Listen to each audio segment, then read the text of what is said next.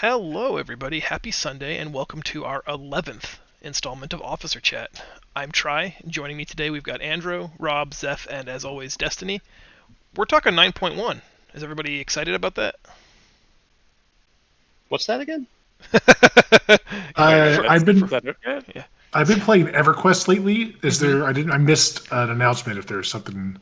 It's pretty big news, and I know that everybody's left WoW for Final Fantasy XIV, as I understand it, which is now the highest populated MMO of all time. So suck it, WoW. You're finally a dead game. I don't even know why you're bothering with the patch. So we're going to discuss this dead game patch today. Heck yeah! No, it's a long time coming. I know that the tail end of 9.0 seemed to go on longer than... I believe at this point it's the longest opening patch ever. True or false? Yeah, that's what everyone's saying. Yeah, in the It's era been a while. in the era of modern patch cadence, I think this is the longest gap we've had. And it felt long too, right? Like I'm not being like normally I'm the unreasonable one who's like, okay, I'm done with the raid now, brand new content tomorrow, please. Which that's unreasonable, but even for me who wants it all right now, I feel like this was an especially long wait. And I could have used some more time. There's some things I didn't do, and that's surely not my fault. Good news. Well, you have 48 hours to do it. We have a person in guild who did not earn KSM, and I think at this point is thinking, I wish I had more time, to which I want to a little bit strangle him. But yeah, so let's, I guess, Destiny, guide us through the patch. Where do you want to jump in? So I think we've broken it down into the three primary play categories that our players fall into, so we're not going to spend a lot of time talking about PvP. But first, we're going to start with solo play. As individual characters, what's coming for you, and kind of what you need to do to get ready. So let's start with flying. Who wants to kick off with that one? I just about got motivated to go get that stupid mount in Bastion by running around and using floaty things to get the orbs or whatever the hell, and I decided that flying is coming up pretty soon. Oh, and the I might as well Larian. just wait for that. The Larian, yeah. I spent a good 20 seconds looking at one of those orbs and decided I can wait. So I think there's one among us who has that mount. So in the first 2 weeks prior to the release of Castle Nathria, I had asked people to try to focus on, hitting level cap, grinding mythic zeros to achieve a reasonable enough item level so that we could go into Nathria as strong as we could possibly be as a guild. And someone on this call decided that a better use of her time would instead be to farm that Larian mount on day 2. And spoilers, it wasn't our fanatical mount collector. I'm going to guess it was Zeph. Definitely Zeph. I am a master of all things Kyrian. Hey, I am the biggest proponent of play the version of WoW that you enjoy the most. And at that moment, the version of WoW that I enjoyed the most was running around getting all those stupid For things. sure. I mean, that is our creed, our code, our motto. So it's hard to admonish you after the fact, but in that moment, I was a little spicy. So specific to flying and how to unlock it, because that's going to be the big question. Yeah. In previous expansions, you've always had to have the Pathfinder achievement. So you had to go through and do all the different storylines in the different zones. They didn't do that with 9.1 and with Shadowlands, which I'm actually grateful for. Even though you already had to go through the storyline in order to unlock your covenant the first time. So one thing that you do want to make sure, though, is that you already have at least one character that's at renown level 40, because the quest chain to unlock flying doesn't come until renown level 44. So the earliest it's available is in week 2. So make sure you have a playable character at renown level 40. If you're doing a character swap, whatever you swapped from, you can always unlock flying on that character too. But you'll have to go through those intro quests for your covenant in 9.1. Mm-hmm. Which is, I mean, that's fast. So 2 weeks in and we're flying. Love it. Yeah. They had mentioned... Yeah, and it should be pretty easy to get to 44. Exactly. They had said, and I can't find particulars, and so maybe this is me one of those Ian Hazacostas developer things from 18 years ago where I'm quoting something esoteric that isn't ever going to exist. But I remember either somebody saying or me reading somewhere that there would be a catch-up mechanic to rapidly escalate renown acquisition up to 40, but I couldn't find anybody defining what that looks like. Is that just double renown from dungeons, or is it like you get a renown from every quest in the zone? I don't know. Did anybody find that in any of their readings or research? I don't know the specific rates, but like anything that right now gives you catch-up renown will just pop up more often. So like if right now you do a dungeon and you would get like an average of like 2 renown from like 4 bosses or whatever, in the future you'll be getting like 3 or more renown. And ditto when you get like a calling that pops up, some of them give you renown for catch-up, some of them don't. Okay. In theory, after the patch, like more of them will give you that like catch-up renown. Yep. And I assume that'll same apply to like the PvP stuff and all the other sources of renown too. So it could be done pretty quickly if you main swapped, and we know a person who is literally maybe going to delete their former main, or at the very least has vowed to never log on to that person again. So do not despair, I guess. If you are willing to put in the catch-up time, there is a mechanic in place to make your life easier.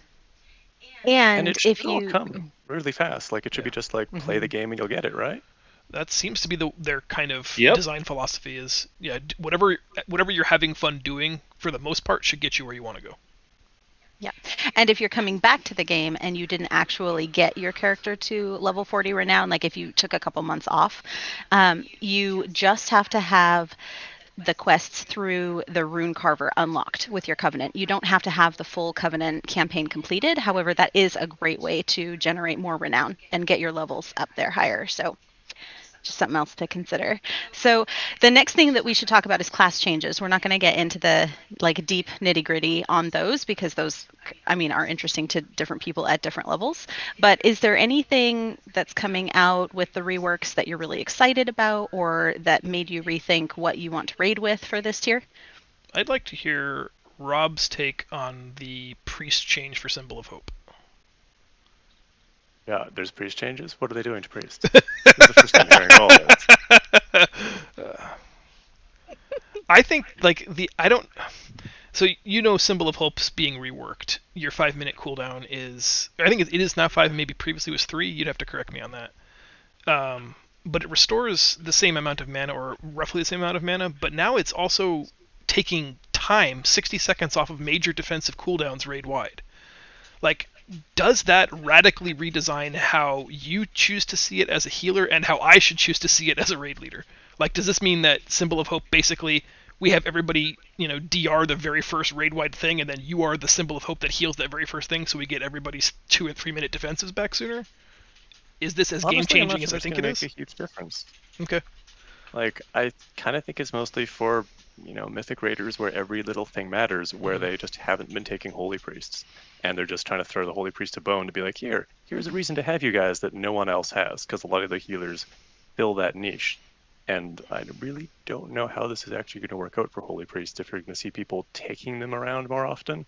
But it's going to be a little bit more management for, you, and hopefully not me. Yeah. Like, I'm also curious to know exactly what a major cooldown is, but as a tank, if I'm getting, 1 or 2 extra survival instinct uses over the course of a fight, that's not small. That's, like I said, that's encounter changing potentially.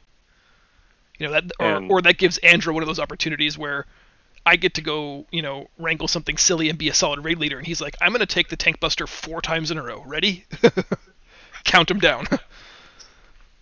So that's cool.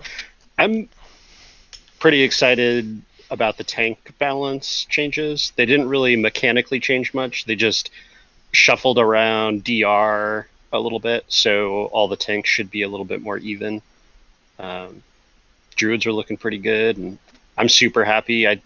Monks just take 10% less damage just across the board. And I understand that this will be a good patch to be a monk healer. Yes. Literally across the board. Indeed. They might as well have just given them a 10% damage aura, and then, I don't know. It's hard to evaluate all of the healing, but it's got to be at least 5 to 10% just healing up. So they were already a really fun class to heal with, but now they've got 10% damage, 10% healing. They did kick you down a little bit on revival, which I think is weird. I feel like most of the time we're using revival for its mass cleanse ability rather than its healing. So to nerf an already very weak AoE healing spell by even more seems curious. But you're getting buffed literally, I think, everywhere else. So it's probably a good patch to be on this Weaver. That might be them just making that statement of this is not really meant to be a healing cooldown. Oh, that's a fair point. You're healing everywhere else. use this for the utility, not the Right. power. That's fair. Yeah, just really like writing it on the tin. Just this is for mass dispel. Please stop using it to heal 8% raid wide. I wanted it for both. Well, I mean, and it still will do both. I just, like when we had Feisty bail everybody out for a missed kick on Blood Council, I think that's where it's always been its best. So maybe Zeph is right where they're just trying to really shoehorn in, like, here's a buff to Essence Font. That's a great AoE heal. Here's a nerf to Revival, because guess what it's supposed to do? Mm-hmm. I like it. Yeah, so I kind of stepped on you, Rob. What class changes are you looking at or are most excited about? Well, I'm really happy that they're removing Convoke from the game. Au contraire, I feel like it's getting worse. It will become more egregious. Crap, right. I always confuse those two. I'm honestly not really I don't have any strong feelings one way or the other. Like, I went through the list of it, like, okay, yeah, that's fine. And for me, everything is kind of staying basically the same. There's not any big changes that affect anything that I do, like, personally as a priest in Raids or Mythic Plus. And most of the changes for the people that I play with, it's just sort of, it'll be fine. Yeah, that's just for me as well. Preps. I maybe have to craft a new legendary. That's about it. Yeah, that's a whole new can of worms. There is one bit of exciting news that we're already melee heavy as a raid, so I don't really want to like steer someone in a direction, but Survival Hunter got significant buffs. Like 15% damage to a number of key abilities. It's the lesser known third Hunter spec. Yeah, that was a class spec combination I'm not familiar with. Yeah. No, they introduced a new class in this patch, I think. Mm-hmm. Yeah, it's one of those things where like I don't know what to do with that. It's still going to be like 45% marksman, 50% beastmaster, and the rest are going to play survival hunters. And I don't know what it would take number wise. Like, I think the problem is more mechanical than it is numerical to get people to want to play survival hunter. But I mean, 15% is huge. That's got to be one of the biggest buffs we've ever seen going into the start of a new raid. So either they were really, really, really terrible before, or Blizzard is seeing those same kind of like less than 1% participation numbers and are trying to advocate for that lost spec. It's cool, guys. They just really want it. Yeah, they just really want anybody to even look at Survival Hunter. I've heard it's really fun to play. Yeah. So maybe with DPS buffs, people they play have it. a fun rotation, but people don't generally roll a hunter if they want to be melee. Mm-hmm. Yeah. And a lot of the people that are doing marksman right now have been because it's been so powerful in like a raid environment and for really good burst in Mythic Plus. So I mean, they're doing it like for the numbers. So maybe if survival ends up pulling ahead, you'll get a lot of people shifting to that. But like with Beast Mastery, a lot of people that cling to that is just because they like the play style, because you can be incredibly mobile and there's not a lot of things that are just a hard counter to you. Nothing shuts you down, and like with Shay and our guild, nothing is going to take people away from that if that's the reason they play that class. There are so many BM hunters that they just say like, oh, I can't get into playing anything else because it doesn't have the utility and all the tools and the fun little bits to keep them sticking with Beast Mastery. It's like they could buff survival like another 100% and never change that. Yeah, I agree.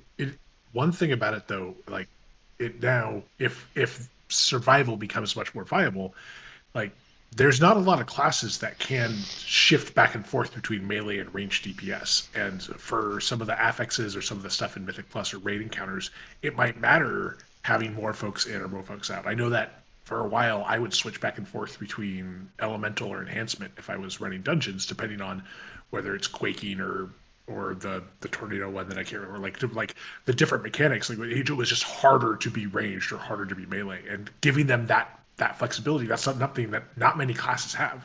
Mm-hmm. Yeah, and that will be nice for them if like the secondaries line up enough where they can like use mostly the same gear. Yeah. Mm-hmm. And then I guess Demon Hunters, right? They got a pretty significant round of at least single target buffs, which I don't know. In my mind, that kind of like great for our Demon Hunters in Guild. Thrilled about it, but I feel like it sort of flies in the face of their divine philosophy of you can be really strong at single target or you can be really strong at AoE. And I think it's hard to deny that Havoc was especially like the Trashmen, right? They're really, really good at killing 10 things at the same time. but do you need to bring their single target up to 90% of the single target classes? I don't know if that's prudent. I feel like they're just begging for an accidental Mythic Plus nerf, very yes. very soon, which is going to hurt them in the long run. Like, yeah, their single target was low. If it's a flip between talents, I think that's like the ideal design choice, because the playstyle is pretty different. Yeah. Same thing with like elemental shamans. All right, let's move. Design... Oh, sorry. No, good. No, finish up, Rob. I think a lot of their design philosophy with the class changes is less about like this class needs this class needs that, but trying to make it more so, like some of the Mythic Plus changes, that it's less where, okay, this week I have to do this, and this week I have to do that. Especially when that means that for some weeks you just like bench all your melee. Mm-hmm. Or you like bench all your AoE, bench all your single target, that sort of thing. And I think like that's their overall goal, as opposed to like, well, Demon Hunters needed this, so we gave it to them. Mm-hmm. So classic, bring the player, not the class. Well, yeah, and like we all know how that works out, but yeah. I mean, that is our philosophy. This is true. So our next topic is Maw updates, because there are quite a few. Let's start with mounting in the Maw. Try? I can already do that. Oh. That was a 9.0 feature. I don't know what the problem is. So, like, yeah. Just every class should have just turned into their mount form. Just zip through that Maw, it's no problem. Or, I mean, like, worst case scenario, you just go hunt that Shadehound thing, bickety bam, you got yourself a Maw mount. It took 2 minutes. I was done. Right. So yeah, I will say I recently have been started playing a class that does not have some sort of like consistent movement. I've always had Ghost Wolf or Travel Form or whatever. I don't know how y'all do this. Oh, I don't know how. I think that's the thing. We don't. It is awful. I cannot wait to be able to mount. Mm-hmm. So you will unlock. I just torpedo twice and go get something to drink, and then torpedo twice. Nice. Something to drink. Just wait. I can't be bothered to auto run. I'm only working when I can have the speed boost. Nice. I'm waiting between sprints. AFK. You will unlock a title called the True Maw Walker shortly after our arrival in Korthia, which will allow you to summon all of your mounts, any mount in Korthia. Now, not flying, any ground mount. So whether you farmed all of the Maw Walkers before or not, you could be able to use any of your ground mounts in the Maw. That's my understanding. No flying, obviously, but any ground mount will work now in Korthia or the Maw Zone, which is, I think, a good quality of life improvement. I'm interested to see how they do this, because they were very specific in the blue post that this is only the character who earns it. So I don't know if this is going to be account-wide, or if you are literally going to have to unlock it on every character that you plan on doing any Maw content on. Ooh. I heard that one of the articles I was reading mentioned that there are some things that are going to be skippable for your alts and for other things, but there were a couple of stuff. And this, like, starting off this quest line is one of the things that isn't skippable. And so I think this like 20 to 30 minute quest chain that you have to do that ultimately leads to you getting this title and unlocking that is just something you're going to have to do in all your alts. But again, I've heard it's only like 20 minutes of solid playtime to push through it, so it's not so bad. Still, my modern WoW self-entitled personality does not like that at all. And that 20 minutes does not account for the AFK time getting drinks while you're waiting for your moving cooldown. G torpedoes. That's fair. In their defense, unskippable Maw content is not exactly unprecedented. Mm-hmm. Yeah. You'll love it. You have to do it, even if you don't like it. The other kind of cool thing, so I know that this was a problem for you, Try, early on, was the Jailer's Eye debuff, and the fact that it would really mean that you couldn't get things done if you stayed in the Maw too long on a daily basis. Yeah. So one of the things that they're doing is they've actually incorporated a storyline called with a Focusing the Eye quest that allows you to permanently remove the Eye of the Jailer, so you can stay in the Maw indefinitely. I don't know why you would want to do that, but if you do want to, you'll be able clearly Try does. None of us know why either. But there will still be a reason to farm Stygia, so I'm excited about it. It happened like I don't know. I don't like it. I don't like something that's time gated per day but has no catch up mechanic. So if I can't play Tuesday, Wednesday, Thursday, Friday, Saturday because of work, but then Sunday I sit down and I'm like, I'm gonna farm a fuck ton of Stygia today. Let's get it done. And 20 minutes in, it's like the eye of the jailer is upon you. You're dead.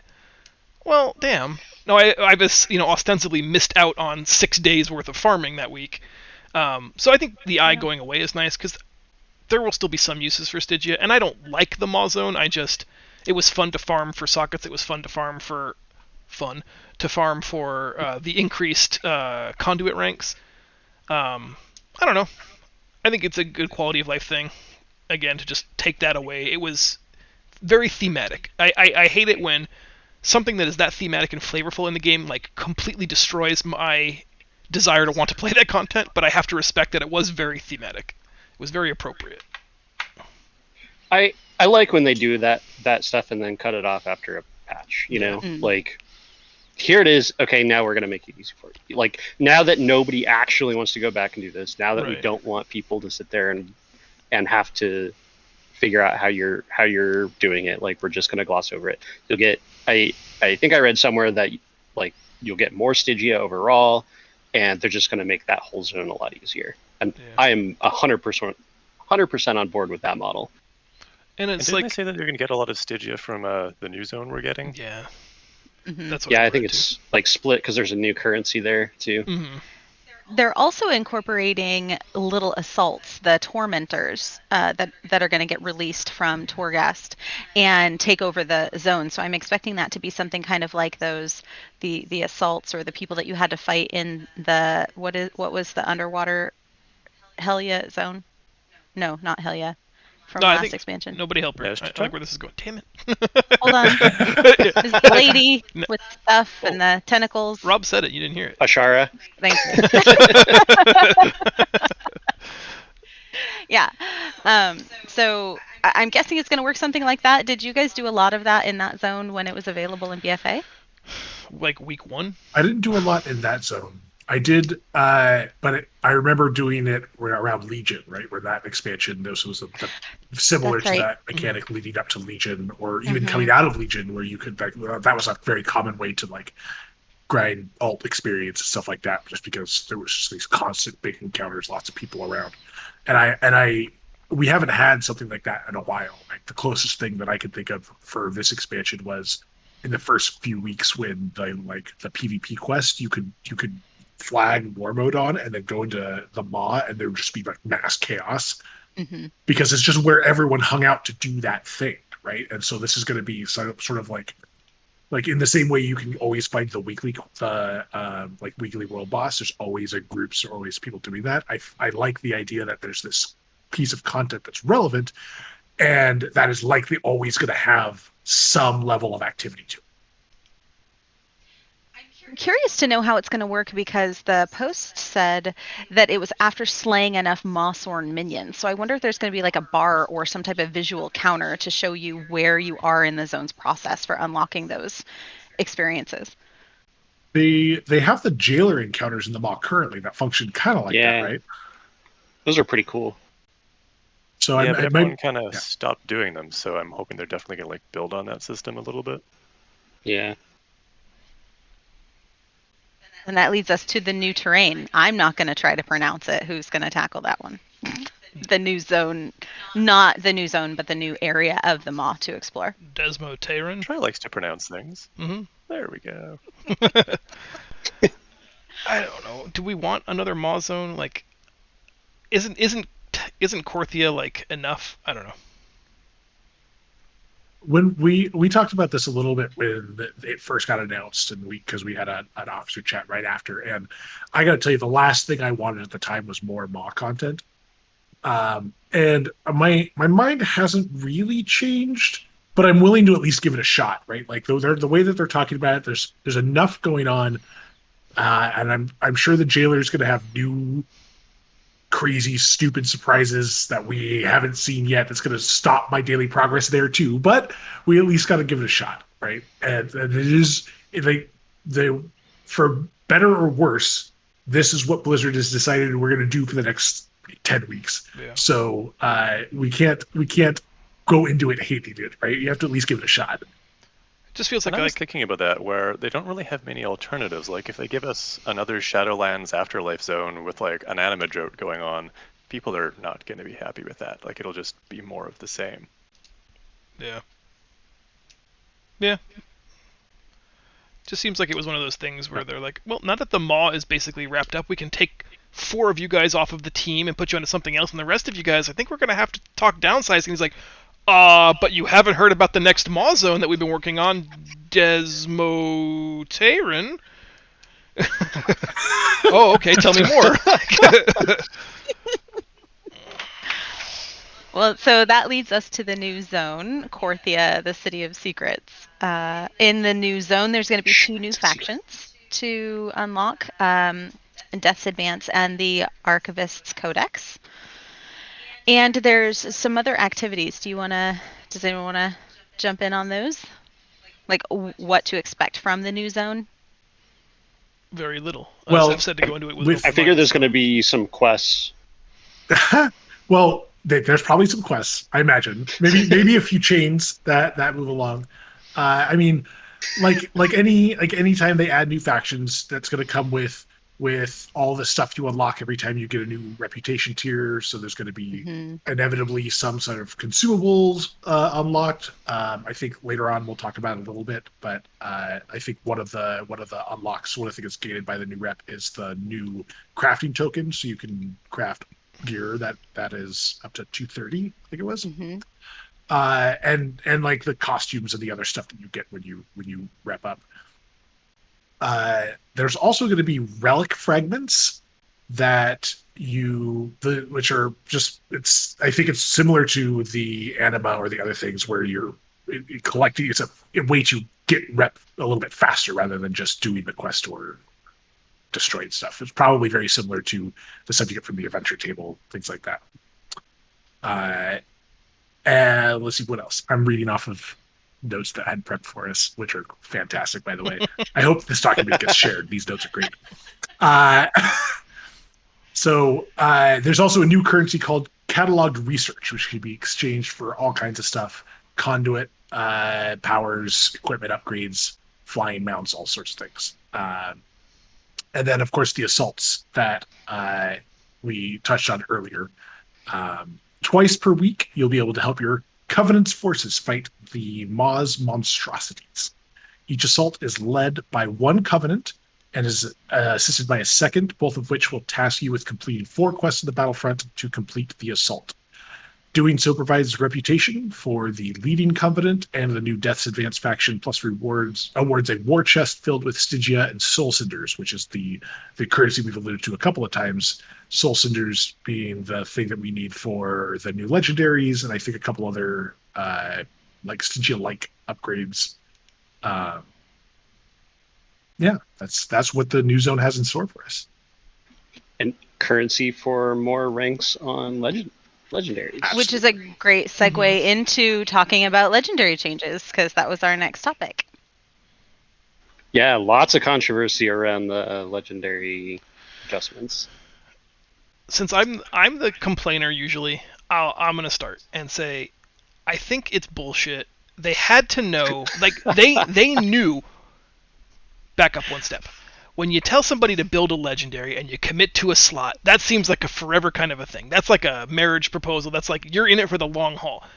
They either have no idea how to plan, or they're cruel and mean people who knew that we were going to commit hard to this one slot and then come up with a system that requires you to have 5 new slots for something else that we'll touch on later, and that inevitably one of those 5 slots would have to be one of the 2 slots you just crafted your legendary for, spending hundreds of thousands of gold, hours worth of time farming soul ash, just so that you could recraft it again later for more hundreds of thousands of gold and more thousands of soul ash, which is fucking ridiculous. There needs to be a refund button where I can get my gold back, or there needs to be like just a straight upgrade feature where I can port it to a different slot. I don't know what to say, except I'm angry about it, and I understand that it's not going to really apply to me, and there's a good chance that it'll take me through like the end of our heroic progression to even get the 5 pieces that are going to warrant there being enough value in me reforging my legendary, but I'm angry. I think it only matters to the top end players. Like, there is no way that it will make sense for me to change my shoulder legendary to something else just for a socket. Like, the special sockets are not that powerful. So, but I think there's some slots that are impacted more. Yeah. Like, I have a benefit because I'm wearing shoulders. It will simply just never be valuable enough for me to take a heroic piece of gear with one of the special sockets and put that in my shoulder slots instead of my legendary. The stat allocation and the value of the socket's just not there. So, but I do find it interesting that, like, I view the sockets from like a meta game perspective as you have 5 pieces of gear that you have to put in those slots, and that was something that they tried to get out of in the past. So it's weird that the shards aren't just put these on any pieces of gear that you want and you can put 3 of them on instead of specific slots that can support the sockets. It's kind of weird, but for us, we get better gear out of Mythic Plus, so it just doesn't matter. I think it is an interesting optimization path for like the top end Mythic Raiders, and it'll be entertaining for me to watch the World First Race and how they handle those mechanics, because the min-maxing there does actually matter. Mm-hmm. But for us, I don't know. It doesn't impact me at all. Like, right. I hate that I agree with. I just don't care. We would get the same 2% value, but for us, we're not winning or failing by 2%. No. It is a really weird design choice, though, like, because with the sockets, they're basically doing everything that they say is bad about having class sets out of raids. Yeah. Yeah. And I don't quite get, like, why. Like, I know that's another really big controversial thing. I don't want us to get down that, but, like, do they not see this? Right. But and yeah, after for most people, it's completely overblown. It's the BFA Azurite armor again, where we had a legendary slot that, you know, and Azurite armor stuff, and it's just, they had said initially that we don't like having to take, you know, 6 slots completely out of the item drop table for most people, because they had to be legendaries. Those had to be Azurite armor pieces. And then it's like, I don't want to tell you your job, but this feels very much like that thing you said you were never going to do again. Yeah, only without the fun transmog. Right. I wonder if they like did some research to figure that out, though, right? Like, we've now had, since the Azurite armors have gone away, we've had an entire patch, an entire raid tier where that wasn't really the case. And my guess is if you were to like compare like the mass of players that are raiding heroic, like all of them are wearing the same gear, right? Like, it's not like they took away the Azurite, but they didn't add enough variety for you to really have a bunch of options in all of these spots, right? Mm-hmm. And so it's almost worse, where I'm still having to use the same piece of gear because it's the only option that I have, except it doesn't have all these cool powers. Yeah. I do like the flexibility, like the sockets notwithstanding, the stuff that you put in them are very interesting. There's a shit ton of options. Mm-hmm. They all do varied things. They have set bonuses that work in the Maw Torghast, I think, and the raid. So mechanically and like from a customization perspective, it is increasing the amount of flexibility that you have in putting gear together by an order of magnitude. But like Zeph said, at the end of the day, one combination is going to do the most damage. And that's just the min-maxing culture of like our type of gamers. And I don't care about that. Like, that doesn't interest me in a gameplay perspective. I like the options. I like playing around with stuff that is interesting. And yeah, if there's a clear winner from like my play style, then I'll pick it. But I'm like, it is not going to drive me to change my behavior just because there is a quote best option. Yeah. I will say, though, I'm looking forward to the 3 male wearers in our guild getting fully geared out so I can have my set of raid gems and my set of like Torghast gems and my set of run around in the Maw gems. Because like they leaned into that. They had that a little bit for the legendaries, right? There's a couple of legendaries that are like, yeah, you get more Phantasma in Torghast, or, you know, the jailer hates you less in the Maw. And I don't know anybody that's ever crafted them, and someone here may know somebody, but it's a little easier when I don't have to invest, several 100,000 gold and all this time and energy into getting that legendary that has this very narrow scope. But when the 5th or 6th male chess piece drops that I can't give to anybody, I actually have a use for that now.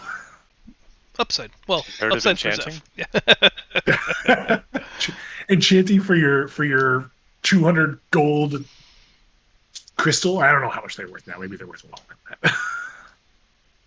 So I'll go back to Destiny's initial question, which I think I derailed everybody off of into a tangent. I don't think you should talk about legendaries anymore. I think you made it abundantly clear that you don't care. I care. You can. So the new legendaries will be crafted via Soul Cinders, which drop from new Torghast's layers 9 through 12.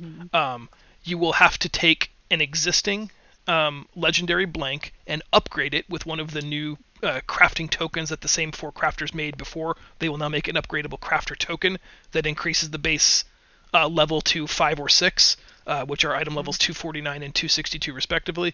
And I'm going to look at your chart here and I'm going to get it wrong, I'm sure. 1100 soul ash for a rank 5 and 1650 soul cinders for a Soul Cinders. It's the new currency. You can only get it from Torghast floors 9 through 12, and we're going to talk about the changes in Torghast next. So you won't immediately have those floors available.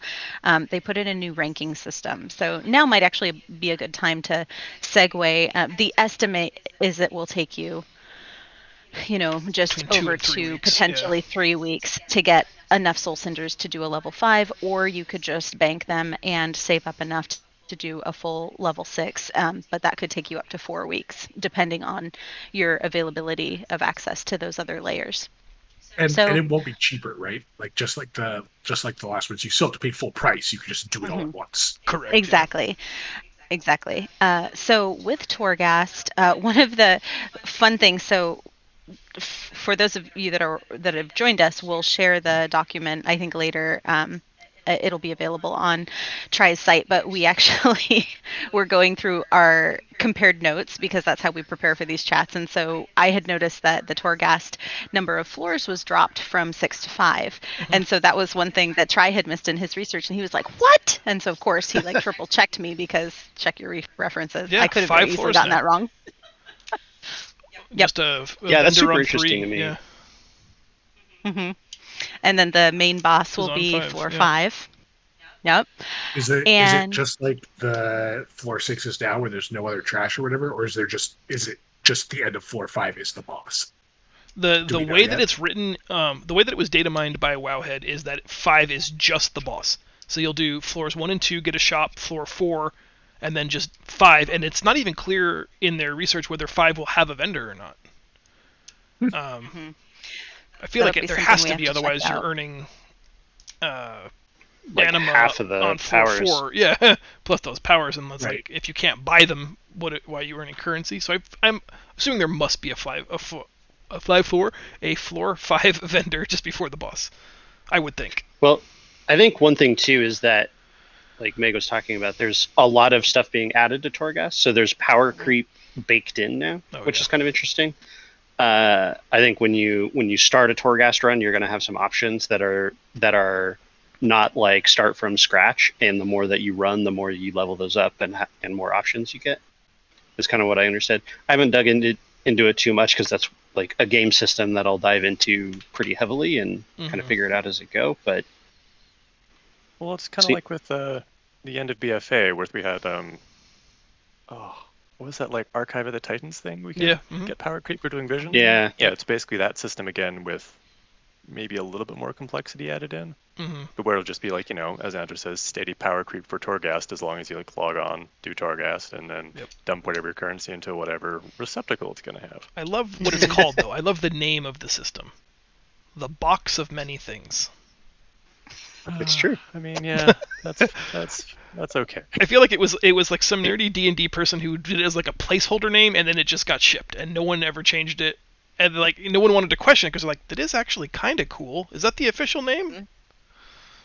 Yeah, the working title it lasts until someone has to make a decision, and then everyone's like, well, I mean, this isn't so bad. Yeah, right? I've gotten used to it by now. It's a box. It has a lot of stuff in it. So another interesting change that's coming through for Torghast is that there's no more death counters because the Terror Grew is now in the Sanctum of Domination raid. So he's not going to be following you if you reach your death cap. And the bosses will no longer regenerate health after they've defeated you. So if you are doing a solo run and you die, you won't come back to a full health boss, which could be like I had a lot of trouble with the mage on playing on my own in some runs. Some of the bosses I just had a real hard time with, so that was actually really nice to see. Yeah, I there were like always that change a couple of lot. ones. Yeah. I've had several runs of my own where I like you get all the way to the end, especially on new alts, and you're like maybe you bite off a little more than you can chew because you're trying to shortcut it a little bit, and you just barely make it to the end. You have no lives left, and then you've wasted an hour of your life and get stone nothing like that. Not a fun experience. No, it is not. It's tough too for like some classes really just got the shaft. You know, it was addressed earlier on where it's like this boss just does a persistent pulsing AoE. So all you need is a little bit of self-healing, and then it's like, well, my class doesn't though. So I die at 40% every pull. Or like, my favorite was the one that does the fear that drains health while you're feared. And it's like, oh, it's interruptible every 20 seconds. That's fine. I'm a balanced druid. I get every fourth cast. Like, I'm dead at 30% every one of these pulls. So now at least there's a brute force solution for those like mismatched class abilities versus overpowered boss for that particular spec, where you could just conceivably run your head into a brick wall 10 times and still win. Yeah. And Soul Ash catch up, right? You get Soul Ash on every run now instead of just the first of the week. You should be able to farm the crap out of Soul Ash if you are making old legendaries or leveling up old legendaries. Should go. You can really, finally really get fast. that Torghast legendary. Yep. If only you had to craft a new legendary this expansion and needed to get Soul Ash quick. That is good. Will they give me 75,000 gold? Because that's what the blank is going to cost me. I hear you're a rich daddy. I understand that you basically earn it while you play. We talked about that earlier. Have you heard of Collins? Well, we actually have a couple of things at the end of this for ways to try to make some gold. Yeah. Because I think it is. I like that they are taking gold out of people's pockets, right? Like more like they usually end up having to do some kind of gold sink opportunity, whether it's a mount or a special pet or a pirate hat or whatever it is. But this feels like a better, more elegant solution where I'm literally, I don't want to say buying player power, but I'm buying something that I want for my character that doesn't feel like a gold sink. I don't feel like I'm getting tricked. But it is doing that same focus of making sure that someone's not hoarding $10 million in each of their characters. And it's putting some money back out in every, it's circulating money, which is a good thing. And I think it's circulating the money up, though. Yeah, that's maybe true. Yeah. Like there's a lot of money investment to just be able to make those legendaries, and Yeah. yeah. Let's stay on track and finish up our Torghast changes, because remember, we still have dungeons and raids to talk about. Okay. So, in addition to Torghast unlocking layers 9 through 12, you now have to reach a specific rating in order to access the next layer. So it's not just successfully completing it. You're going to get a rating based off of your individual performance, and it's awarded called Tower Knowledge. And so, as they mentioned, the box of many things, which will, yes, which will allow your runs to go a little bit faster. And starting at layer 4, torments are applied to increase the challenge of the runs, and they'll vary per wing per day. The same with blessing buffs with Tower Knowledge. So the only thought I had, like, I love a convoluted system as much as the next guy, but it feels like this is like those idiot CrossFit people that do weighted kipping pull-ups, where I'm going to kip during a pull-up to make it easier, but I'm going to put 25 pounds on my back to make it harder. What are you doing? Like, at the end of the day, just do the exercise normally. It seems like why give me a buff and why kiss curse like incrementally every day? I don't know. I'm fun. I'm excited about it. I'm one of those crazy people that likes doing Torghast. It gets it in line to like more traditional roguelites, which I think had to have been a big piece of feedback about Torghast initially. Like, it was a first run, but you need long-term power creep. You need a reason to go do it again, but at the same time, you need that. You need the added difficulties to be, to apply more challenges. So, I like it. It gets it in line with more of a roguelite, and I think that's cool because I think there's a lot of potential there in the WoW space for that. It also is a kind of a nice like PvE leaderboard, solo leaderboard system that you can like make progress and compare yourself to other players using this rating system that doesn't rely necessarily on having other players around, having to do mythic dungeons or to raid. You can, if you just have the competitive urge and you want to play WoW, this is an outlet for you. Do you think, Zeph, that that's going to be enough of an incentive to turn people onto Torghast, like at a competitive level, who maybe weren't playing it before? Do you think there will be people who have to climb the mountain just because it's there? I think it depends on how visible those readings are for like other characters. It definitely is designed. When I read all the Torghast changes, that read to me like this is the roguelike, like with a leaderboard that the daily challenges that you can do every day and see who gets the farthest and scores the most points or whatever. It feels like they're at least building to that. And if there's not something in the game that tracks this, I would imagine there's something that like a Raider.io add-on that will try and collect and aggregate this data, because I think that it is like anytime you make a leaderboard, someone wants to be on the at the top of it. So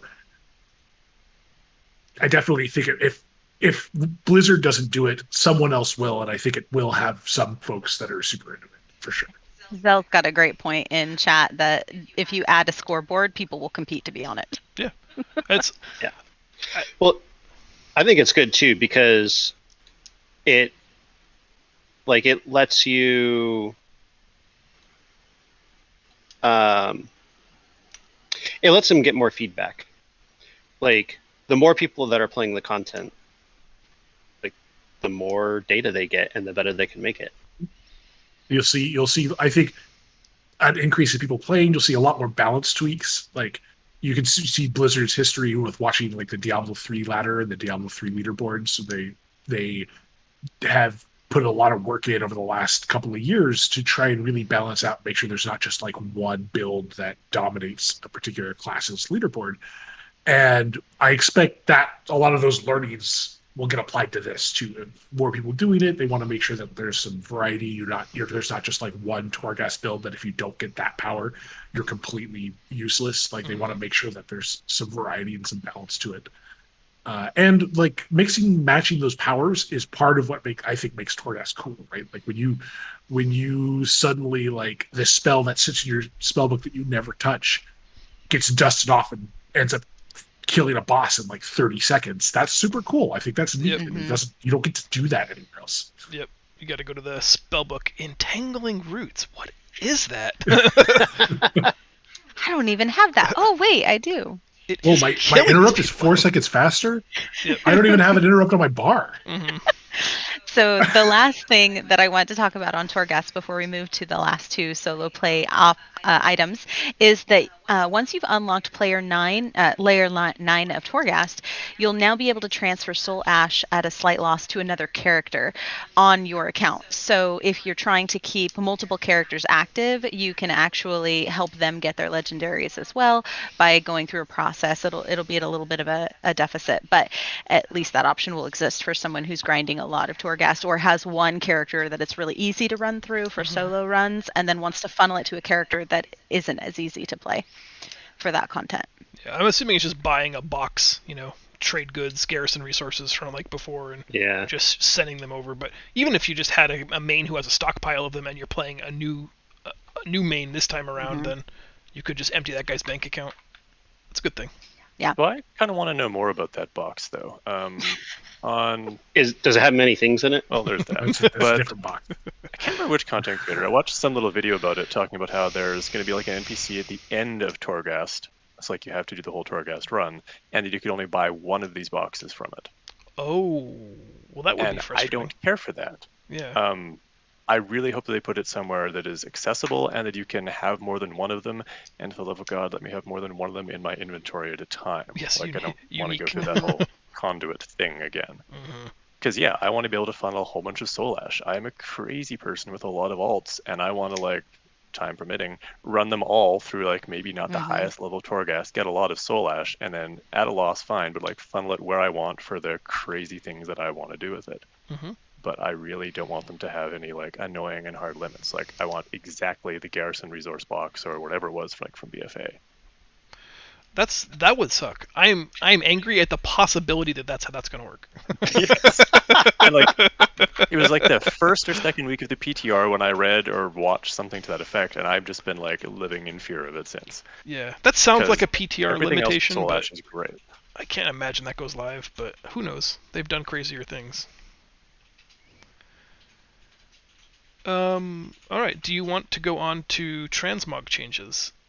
Yes, it's there is time. one very exciting announcement that I think somebody this can't be right. Somebody mentioned it in Guild, and I kind of dismissed it right off the bat, like, well, that's fucking retarded. No way that's a thing. But apparently, you will now be able to transmog each shoulder left and right independently, so that I can finally have my red shoulder pad, green shoulder pad character, if that were my heart's desire. Someone in chat is going to be able to explain to me why I would ever want to do that. Someone on this call, Rob, will be able to explain to you why this is important. Well, see, I'm going to like be boycotting WoW until they add a toy that I can use that means that whenever I look at other people, they will always be wearing matching shoulders because I can't take this. Kind of like the goggles. I just want to see Cervantes try to pick out where that transmog is from when the shoulders are two different transmogs. Yeah, it's going to be... That's from Serpent Shrine. Oh, no, it's not. That's from... Oh God. What have you done? I don't know. I mean, I have to imagine somebody somewhere wanted this. Like, it seems like this would take a little bit of work, and I can't see them doing that for no reason. So somebody got their Q&A card read, and there was a developer with an afternoon off who went, done. It has actually been a pretty broad ask from the transmog community. Like, I don't know why people would want it, but well, a lot more options. More flexibility is better. Like, yeah. people want the options. Like, DIY your own Garrosh shoulders. Sure. But then why not gloves? It multiplies the amount of transmog possibilities by 2 by doing a very small presumably small change to your visual. I'll just say that I'm looking forward to the next transmog competition we have, the like tacky or worst, craziest looking transmog. Now you have all these options where you could have like one shoulder exploding and the other shoulder has like a snake sticking out of it, and nothing makes sense. And that's exciting. Zell has a really interesting point in chat that apparently in the orc culture, this has not been vetted information. It's very popular to only wear one shoulder. So maybe it's not necessarily that you can wear separate shoulders. It's that you can have one shoulder display and nothing on the other shoulder. Sure. Or more specifically, culture. A lot of the orc armor, as a former horde player, a lot of the orc armor only has one shoulder. That's just the whole model. And so you actually, like, now that you can have the one shoulder and then an actual thing on the other side. So maybe that was a big driving factor of it as well as part of their, character fantasy. The other transmog change that was noted is that Legion artifacts are now going to be supported in transmogrified outfits. So for our next transmog contest, Legion artifacts. It was one of those things, I didn't realize that wasn't already a thing. So I think annoying. So you're saying like in saved outfits it wouldn't save like specifically Legion artifacts? Because I feel like my bear paws are always saved. Like my Pally's been using the Legion artifact from the Balance of Power thing ever since like they put that in the game, and every single time I go, I cannot get my outfit for like that armor to stop trying to transmog it into whatever axe I was wearing. How many years ago? Yeah, fair enough. That's a good change. Yeah. It's taken them 3 years to suss out exactly what was wrong with the Legion artifact transmog across the board, but we've gotten there. Yeah, just in time. Yeah, they actually explained that at one point because people were so like WTF, and they're like, oh yeah, everything about the Legion artifact weapons was entirely custom in the entire game. Yeah. There's nothing transmog about it. Clearly, all of the visuals were all like not hard coded, but they were non-transmog visuals. It took them a lot to get there. Like decision was made at the time for who knows what reason, but there was something about the visuals of the Legion weapons that prevented them from making them transmogs. Clearly, it was tied to the right shoulder transmog. Yeah, Right. probably. Clearly. Now that we have right shoulder as well as left shoulder, we can have Legion weapons, and everything's going to be great. And the last thing under solo is profession updates. So as an engineer, I was a little bummed that they weren't doing anything like a new Blingtron. I'm guessing that will come later, but there wasn't really anything exciting for the professions that I could see beyond the crafter's mark for the chained isle, which sets the crafted item level to 230. Was there anything that you guys saw in your notes? No, really just that. I don't think there was anything in VFA either for 8.1. We didn't get a new feast until 8.2. Yeah, I was really hoping no flasks, no something runes. for Dark Moon cards, like either a new set of Dark Moon cards or something that increased the item level of the card. Because as a scribe, as a master of inscription, I feel boned again. Like there's, I got to make contracts at the very beginning of the expansion for about a week, and then I'll make a few Ventus runes, like in terms of selling them at a profit, and that's it. Like there's no meaningful item, there's no really meaningful consumable beyond the Ventus rune. I was hoping for a Dark Moon something. Box. Yeah. As you say that, I didn't see contracts for the 2 new factions. I'm not sure if those are even going to be available. They may not.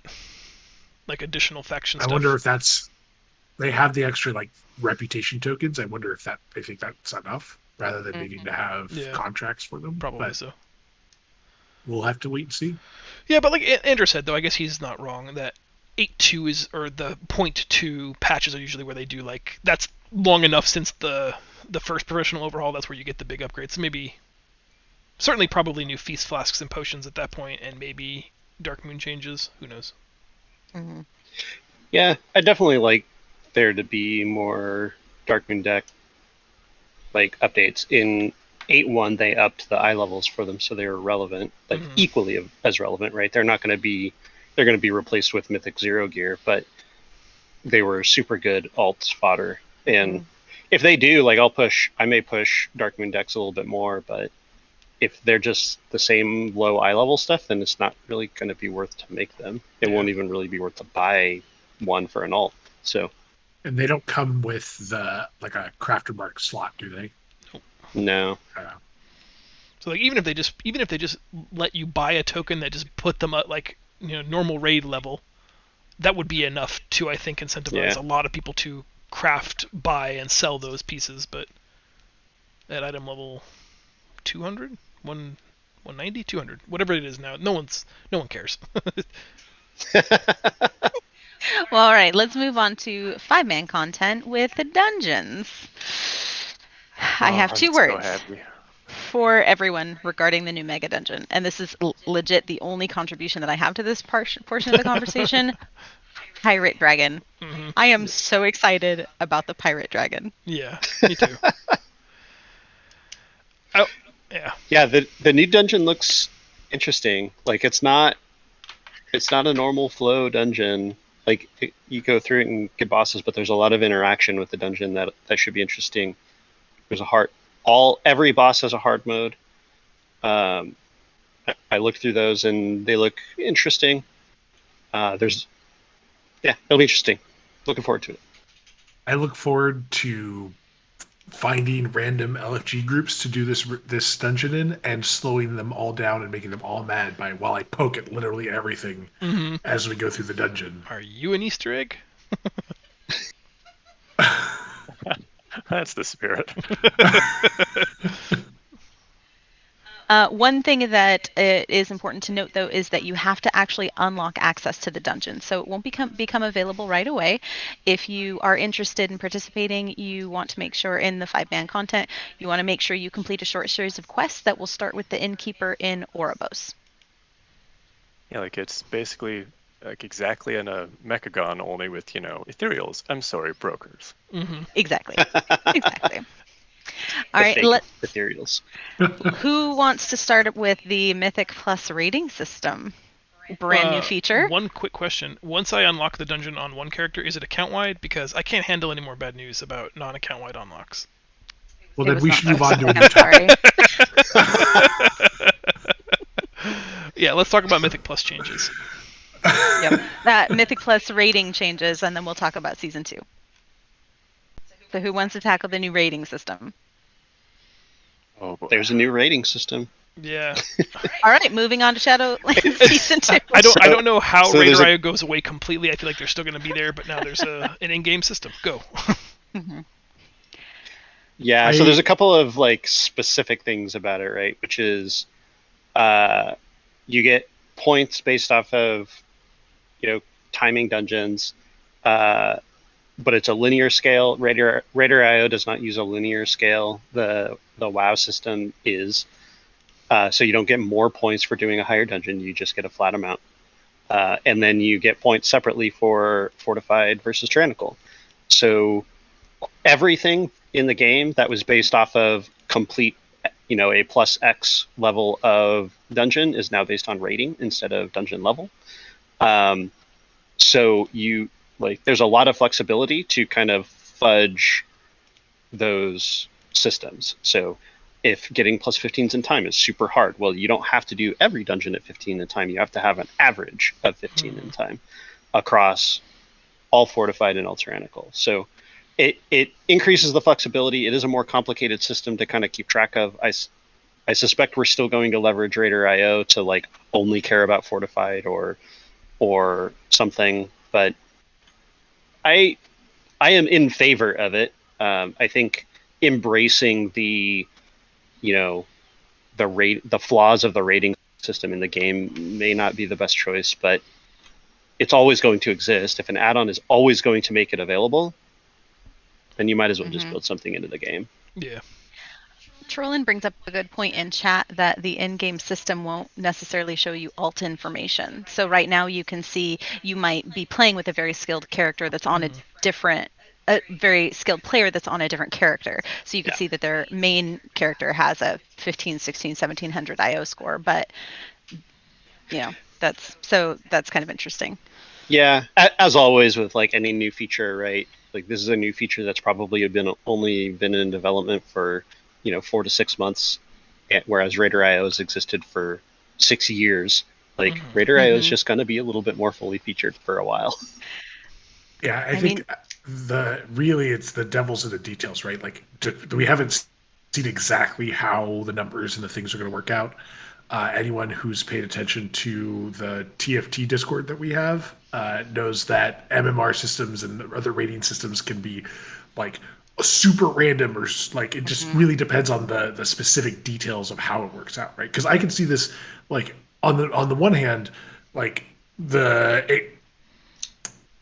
in the like LFG world, these rating systems are, you just live and die on whether or not you're good enough a lot of the time, because groups will just dismiss you entirely if you don't have enough rating. And it is, at least in the Raider IO system, it's difficult because you have like one bad key, it is dragging you down because you just can't, like, if you can't get a good finish or you can't get a good key out of that, your whole score is brought down. And it sounds like this is trying to balance that a little bit and saying, look, if you have one dungeon that is just your white whale that you can't ever clear, that's not going to chain you to the ground anymore. You at least can, your average rating across all dungeons is going to be what matters most, not just your like total accumulated score across them all. Yeah, it'll be interesting. And yeah, like Trollan's calling out, there's some funky math that goes on in the background that probably doesn't matter to the majority, but yeah, your average, your score for a dungeon is an accumulation of tyrannical, fortified, but your highest key actually does matter more. So it'll be more work to get the KSM achievement. Like across the board, you're gonna have to run at like 16 keys on one character instead of 8, but you won't have to time a 15 on all of them. So I think it'll be easier overall. I also did find it interesting that they're going to increase. So at the end of each key, when it pops up with the whether or not you beat your timer and what your reward is and what your new key is, it's also going to tell you if your rating changed for the dungeon and if anyone in the group improves their rating, all 5 players earn bonus valor. So there's actually incentive to carrying other guild members that might be missing that dungeon, like Zeph was saying, because you'll get more valor if you're farming valor on your characters. So it'll be interesting to see if there's a lot of farm groups out there that are willing to carry people through content with lower scores because they want that extra valor.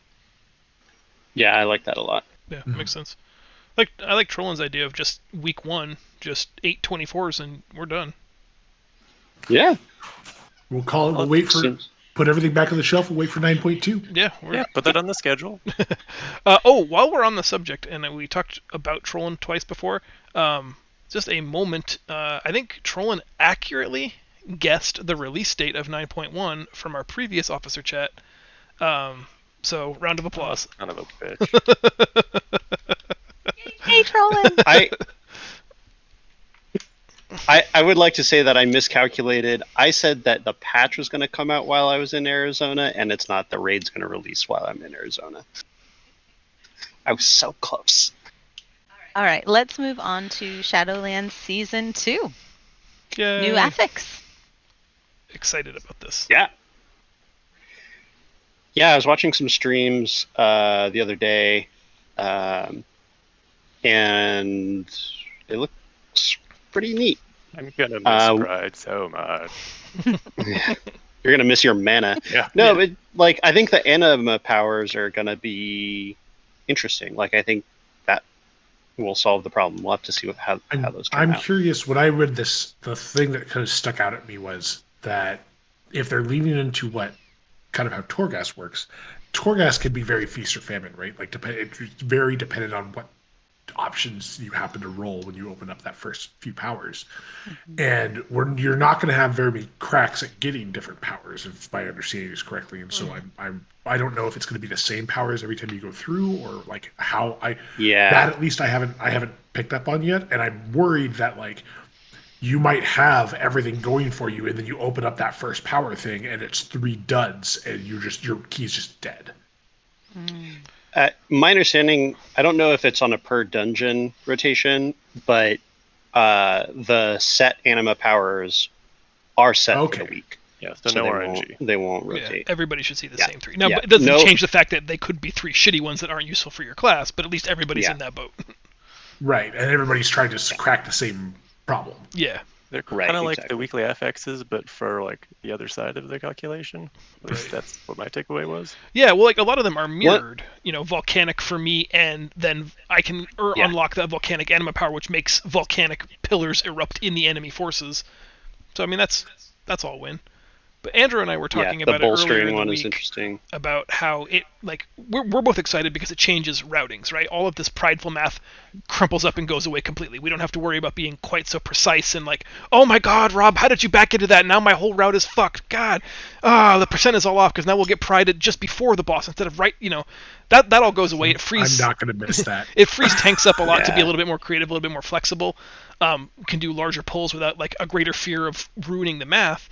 But Andrew pointed out there are some dungeons that there might be like very exciting kind of like bigger hammer solutions for. If you look at the way the other side is laid out now, you could do all 4 of the lieutenants on the inner ring before doing any of the bosses. So you could conceivably go around, pick up all 4 anima powers from each of those mini boss lieutenants, and then start knocking bosses off. And it's like, at that point I feel like it's just, crack knuckles, get ready to eat shit, boss. And I don't know if they'll do anything to prevent that or dissuade that, or if that's just part of solving the Season 2 puzzle. But I feel like that's at least for a couple of months, that's going to keep me very excited and very engaged in the keys of trying to find like that optimal. Yeah. Do we just Zerg, or do we literally clear to each lieutenant first and then tackle the bosses we hate the most with all 4 buffs? Excited. Very excited. I was looking at the only other dungeon that I'm familiar with, the lieutenants, is Sanguine Depths. I was watching a key the other day, and they were getting the 3rd lieutenant before the second boss. which is cool. Like, we're gonna probably only 3, for the gauntlet, but even then, like, getting those lieutenants quickly should be entertaining. So I'm super looking forward to it. Yeah. I think it's going to be cool. It'll take some time to learn the powers, learn which ones you want to pick, so that you're not sitting there reading for 5 minutes while the dungeon's going on trying to pick a power. But I think that's part of the fun too. Hold on, guys. This one does. Yeah, that could be a thing in a timed run, stopping to read. And what do you think about the affix changes that they've made to necrotic, bolstering, raging, and storming? Yeah, so they ended up walking back the necrotic changes, unfortunately. But so the only necrotic change is that lieutenants now work differently, which is fine. Like, that's not that big of a deal. The only necrotic change I want is removing it. Nice. Yeah. And if it's not that, then it's just awful every time it's there. All the other changes are great, though. I really like. Yeah, it slightly I think punishes they are non-Kyrian tanks. That's it. Yeah. There's not a lot of Kyrian tanks. I'll tell you. The raging change is nice. Yeah, raging is nice. Bolstering is nice. The tornado one is nice. All of them are nice. Like, it's not like they're necessarily changes. It's basically old nerfs. Yeah. I like that the whirlwinds will now dissipate once they've hit somebody. Yeah. Well, that makes things more interesting for the tanks too, because like we can soak those. If you have a full melee group, now it's not just a cluster. Like, no, the tank can actually make a decision and go soak them and nullify the affix for the melee. I think that's a great strategic option. Like, it's great. And I like that they're looking at those things from a perspective of like, how could we make this a little bit more interesting? Some of them you can't. Like raging, there's nothing that you're going to be able to do about that. But yeah, I think it's cool. They all are my also friends are melee. Sorry. Soak it. They're also increasing the base item levels of loot that drops. So normal is going to be 184, heroic will be 197, and mythic will reward 210. And the Great Vault will increase by 26 item levels based on the content that you've run. So that should actually be really helpful for shoring up those weak slots on alts if you're transitioning in the first week before the raid comes out. Running Mythic Zeros if you're below 200 is going to be huge. Yep. And there's a new achievement and reward that I know that there's a number of our members that are super excited about for completing each Mythic Plus at a level 20 or higher. Yep. It's daunting. If you think you're getting to 20, 20 is very high. Yes. Not all of our players are excited. Yeah, I think there's going to be a few of us who try for it, and we'll see how demoralized we get. There's a trophy and everything. So I'm entirely accepting of the possibility that I get my ass kicked and I just can't, but I really want to try. I want to push myself to grow as a player, and I think it's within grasp. Have they ever done anything quite like this reward before? So for if anyone doesn't know, what it does is it unlocks instant teleports to any of the dungeons in Shadowlands. And it has an 8-hour cooldown, but that cooldown resets automatically if you complete a dungeon. Rob, I think, is the only one who has challenge mode experience, so go. Yeah, I really got into that stuff back in the day, like in Mop and Warlords, where if you went and did the challenge modes for the dungeon, which was kind of like Mythic Plus of the day that didn't scale, you would get like the fancy transmog stuff, but it would also unlock that exact same teleport mechanic, where just, every dungeon you can go 8 hours and poof to it, and you finish the dungeon, and well, cooldown is reset. And it's like, it didn't really make a lot of sense back then, because unless you were selling those carries, as some strange, insane people would do, that like you really didn't ever actually need that. Like, there was no reason to grind out dungeons like there is today.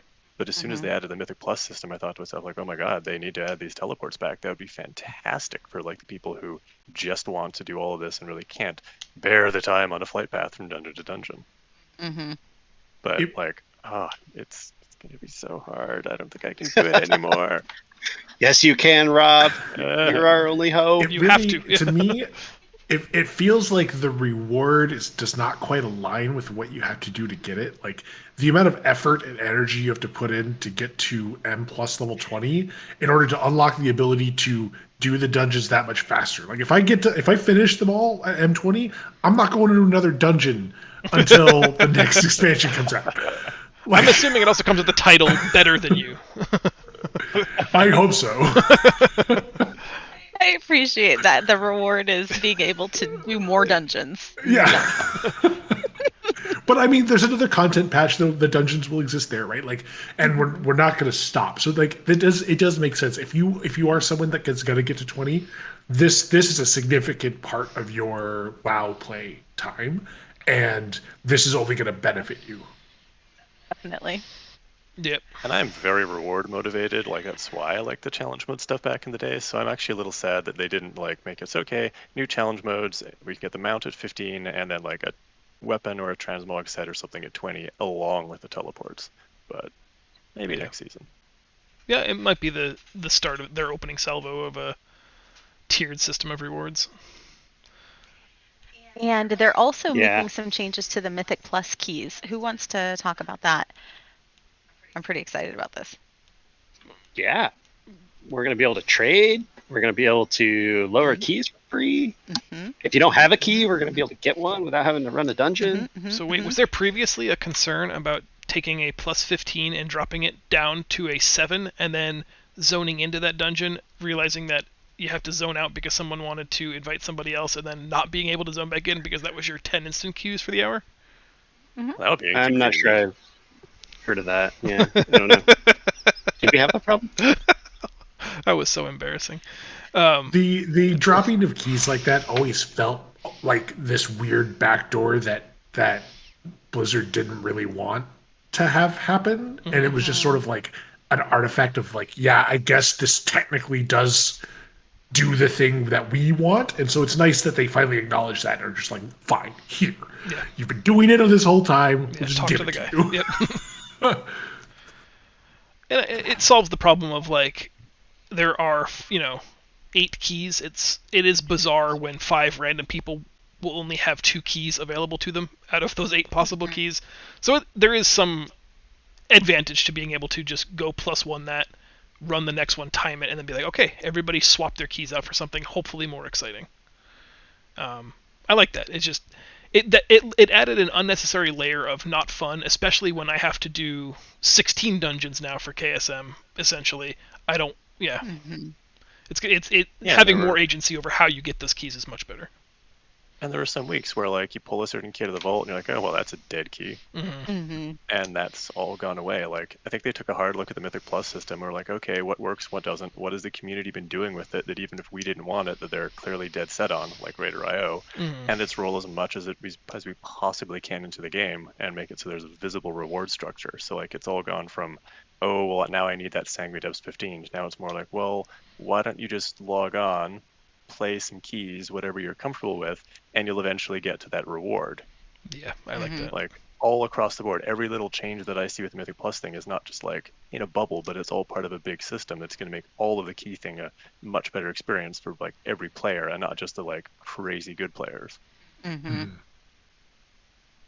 That is very true. Do you want to tell us about your group finder change? This is the other thing you were most excited about sharing with the world. Oh, I am very excited about this, but that jumps over Great Vault changes. Oh, I'm sorry. Was there anything you wanted to talk about with the Great Vault? You'll be able to change it for a bag of goodies. I don't know. I feel like this is only ever a problem at the very tail end of an expansion. If you've maxed out your rewards for the week and you did in this case like a Mythic 14, I almost guarantee that there's going to be a place for that 226 piece of gear or the 213 raid. Even if it's like alt spec or something else, I found it hard to believe that consistently there are people who were just getting nothing in their vault. I have received 226 boots as one of my 3 options every week for the last 4 weeks. I have 213 pieces, but it's like I'm still making use of the boots. I have a feral set, I have a tanking set, I have a balance set because they all have different secondaries. I don't know how needed this was. I don't know how many people were getting that thoroughly boned, but it's nice that you have an alternative. You can get that token for alternative wards awards like Stygia, Anima, Soul Ash, and I thought trade goods, but I could be making that part up. I do have one Great Vault question, and we may not actually have the answer because it's not in our notes.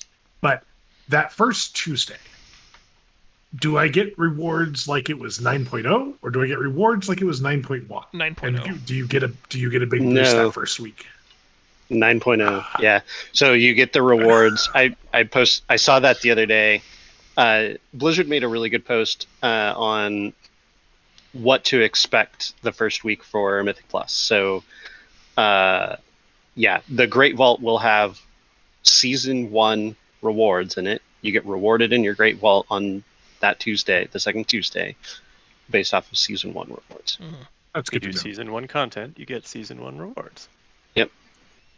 But I want the cool stuff. I was hoping it was like the time change where, they just give it to you for free because it's like 1 hour. Yeah. All right, so the one thing that I actually found kind of ridiculous, in addition to the Pirate Dragon, which I was very excited about, was they're making a change to group finder queuing. So now when a pre-made group fills up, it will display full instead of declined to the pending applicants, which in my mind just means that those declines are going to feel so much worse to those people who get them, because now it's not that the group was full, it's that they literally didn't want you. So that was like my... Why would you do that? You always had that safe ego vestige of being like, oh, we got declined, they must be full. But now you will know for a fact you are not wanted. Declined. They did not want you. I think I used the group finder probably more than anyone else, but in this call at least.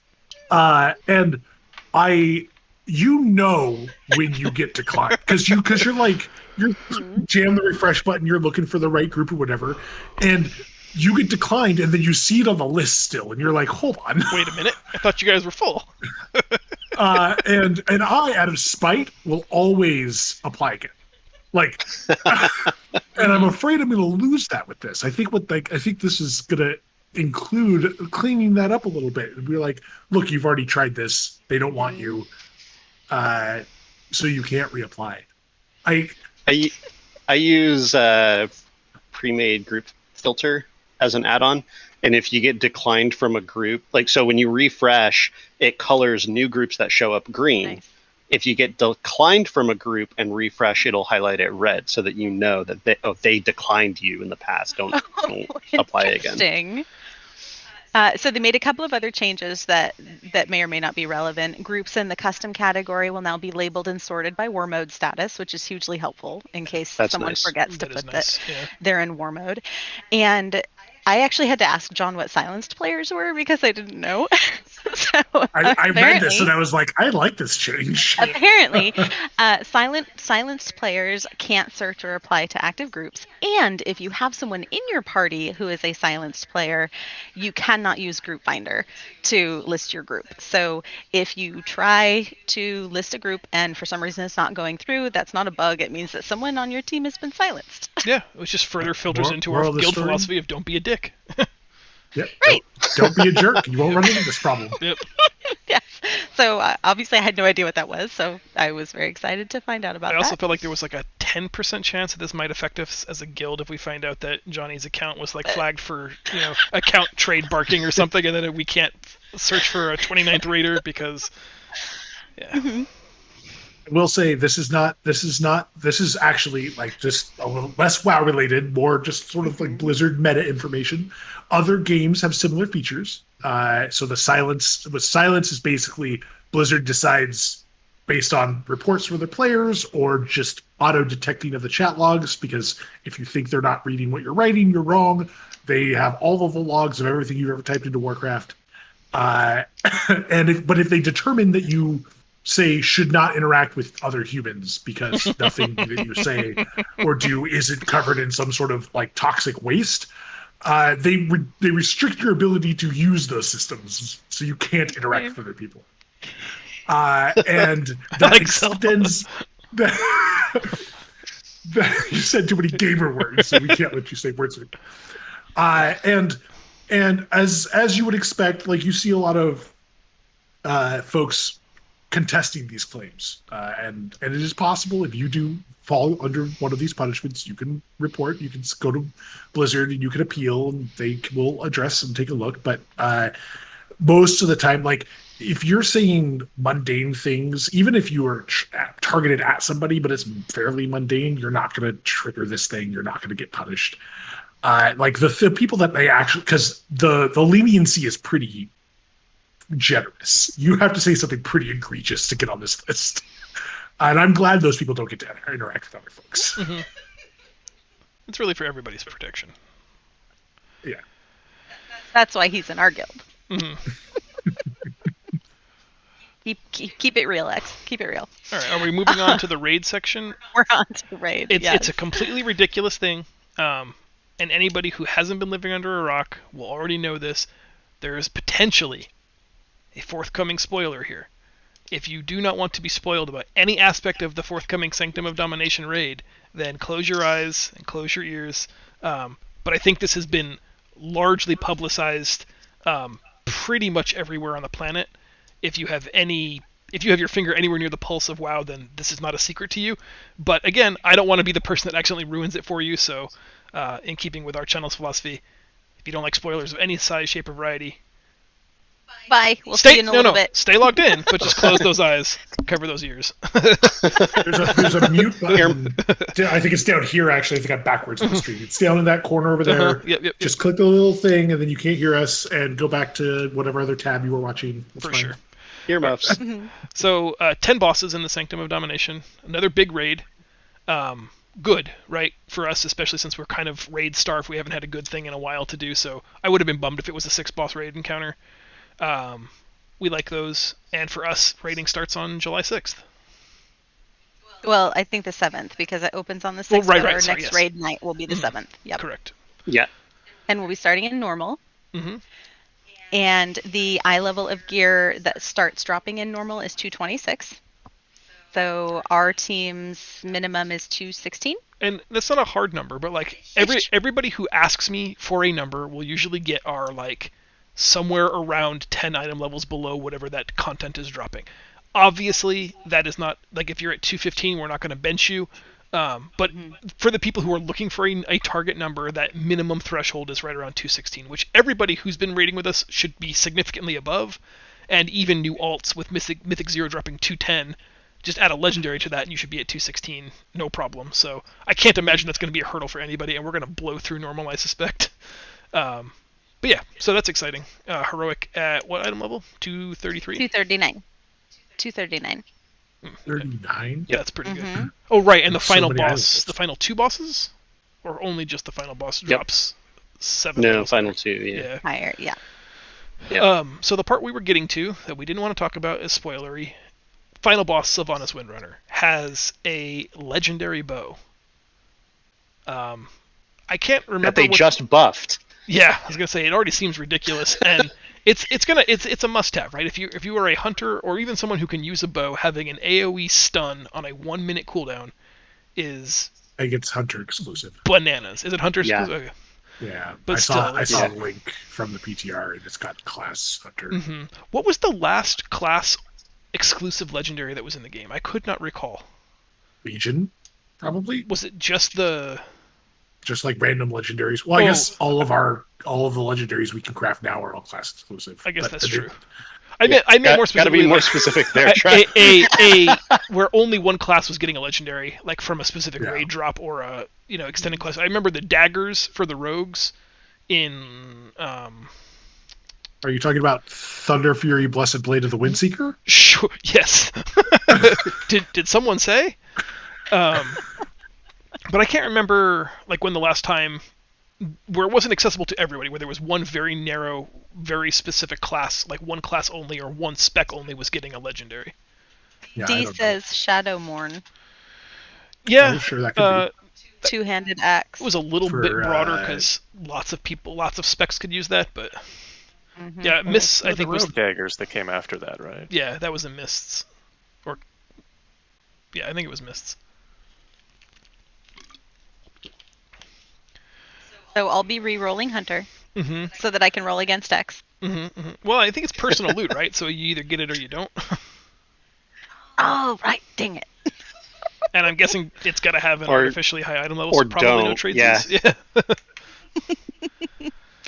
You have to wait for the second one to drop. So that's exciting. There are obviously pets, mounts, and a title coming forth. I think we all pretty much really like mounts. True or false? Yeah, sometimes. Sometimes. The hand of, I'm not even going to try to pronounce it, Restamarak? The hand of Harestamarak? Yeah. Is that the giant That's the gauntleted hand? achievement mount, Yeah. right? I'm excited about that one. Yeah, there's That'll a few be of those in fun to different go colors. We don't want to go too much into it. I think like raid prep could be its own guide, but the big mechanical, the crunchy part of the Sanctum of Domination is the Shards of Domination. When we started talking a bit about this earlier, we jumped the gun on Destiny's beautifully designed show schedule. Different gems, and there is a decidedly Death Knight feel to them, as all of the gems are either Blood, Frost, or Unholy. They socket into Domination slots. Domination slots only appear on gear that drops in the raid. Everybody gets them in head, shoulders, and chest, with 2 additional slots being available for sockets based on your armor type. I know for leather, I think it's hands and feet, in addition to head, shoulders, chest. This is what is leading some people to that. And toes. Yeah, that curmudgeon belief that you have to Or reroll your legendary knees. immediately.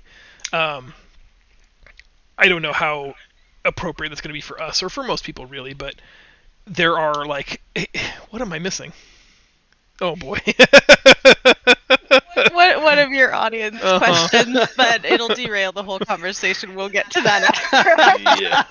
because that'll be like a 30-minute rant on its own. Thanks, Al. Yeah, so there were basically each Blood, Frost, and Unholy rune has like a healing, damage, and survival-ish themed ability for a total of, I think, 9 conceivable effects. And you're going to pick 5 of those to wear. And I think I also read somewhere that you can't pick the same effect more than once. They're kind of unique equipped. So the one that gives you 1% bonus healing and 500 health, you can't have 5 of those for 5% bonus healing and 2,000 health. But the bonuses of the gems work everywhere. The set bonus for 3 pieces in a specific armor slot, that's the effect that only works in the Maw, in Korthia, and in the raid. So that's like 90% of the power is tied up in having that set bonus, and that's what most people are going to shoot for. And so that's, I think, what Andrew was making the point earlier, where you can probably accumulate the 3-piece bonus without having to reforge your legendary, and that's all you'll really care about for raid progression. The absolute try-hard min-maxers are going to want all 5 gem sockets, for raid and for non-raid content, and for those people, and probably those people alone, we're going to be in that immediately re-roll your legendary camp that we talked about earlier. But am I missing anything there with the shards? No, there is a currency to upgrade them, unsocket them, and upgrade them, so they can be upgraded all the way up to mythic level. And if you slot one, it's not gone forever. You can, I think it's the shards, the same shards that are used for the legendaries can pop it out. Or you can buy the Soulfire Chisel or something like that. Yeah, which is a tool that will let you unsocket. Oh, so which is nice. The gem you can get back if you want to put it in different pieces. Correct. Yep. Mm-hmm. That is, because most of the time you socket something and the only thing you can do is overwrite, right? So it's nice to be able to get that back, especially if it's going to be that powerful. Yeah. The only thing that I didn't understand that wasn't 100% clear to me was, do the shards themselves drop from the same raid boss that drops that gear with the socketed gear? Is there a gem already in that slot? Are the drops for gems independent of the gears of the Shards of Domination slots? I wasn't sure how you acquire the physical shard. Like, does it come already socketed in one of those items that drops, the head, shoulders, chest, or is it going to be an ancillary piece of push loot that you either just, yes, no, earned from any of the bosses? Kind of like a memory or a conduit. Right. I couldn't find a for sure on that. I don't know. I don't know either. Zell did have a question. Is it best to just not spend any ash and wait for the new Legos to see how they land? I believe your soul ash is all getting converted. Because I may have spent a bunch of soul ash on some booties, and I need to know if I am a ham sandwich. You're not a ham sandwich. If I Yeah. read correctly, part of the 9.1 is that all of your existing soul ash is getting converted to gold. And so you I didn't can't see that. bank up a bunch. I haven't seen that either. No, Is that not true? I think Soul Ash is staying. Valor changes. That's what's turning it. Yeah. That's what it is. I apologize. And it's going to be a lot easier to get Soul Ash. Like, there's a lot of people that are really angry about all this socket nonsense and legendary stuff, and I don't want to get into that. Like, it's just the usual, like, people being too negative about stuff. But even if you did make a mistake and, like, spend some Soul Ash and now you regret it, or some content creator fudged the things and makes it sound like a disaster, it's not. Soul Ash is going to be, like, raining from the sky in 9.1. Should be able to get it in a couple of super Torghast runs, which you could do back to back to back, to replace what you spent there. Like I said, my only complaint was just the gold expense in buying that blank. If you have to buy a brand new blank, I wish there was an exchange system. Thing there, but he is a ham sandwich. No, you should be fine, Zell. And if you weren't sure, there's no harm in waiting. You're not going to miss out on anything by sitting on that. It's just by comparative inflation, it will not be worth, even the same that it is now. It will be comparatively worth less, but. I can't think of any reason you'd be making a bad decision in waiting to buy it. And the upside for anybody who's worried about recrafting, any new legendary that's crafted in 9.1 that occupies a slot that can have one of the 9.0 gem sockets in it will be crafted with a socket in it already. So you don't have to worry about min-maxing of trying to set aside the 7,500 or 6,200 gold or whatever it is to buy the Season 1 socketable item in hopes that you can put that in your legendary if you have to recraft in 9.1.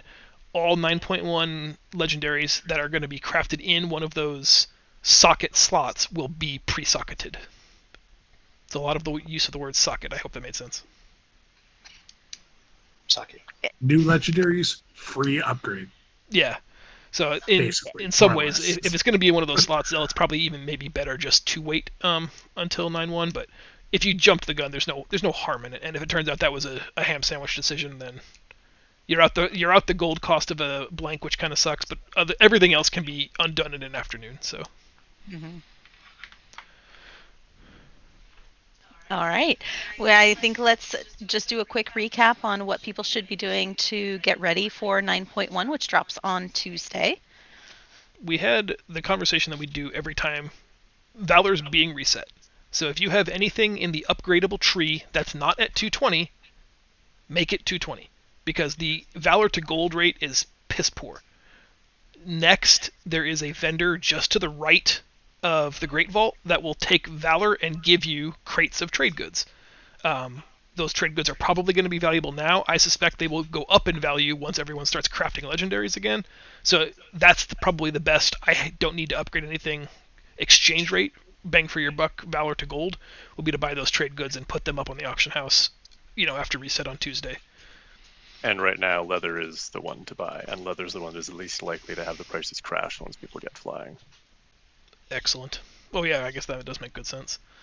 My other bit of chore note to add to the conversation was just to aim for an item level of 216 if you plan on joining us for normal raid, which again, I think is almost not worth trying for. I think if you do any content at all in the next 2 weeks, you're going to accidentally end up at item level 216, kind of like it or not. You'd have to try pretty hard not to. Consumables aren't changing, so if the price is fair now, it might behoove you to buy potions, flasks, augment ruins now, because I guarantee you they will become more expensive once raid opens. So even if it's just making those now, make enough for yourself and sell half on Tuesday when it opens.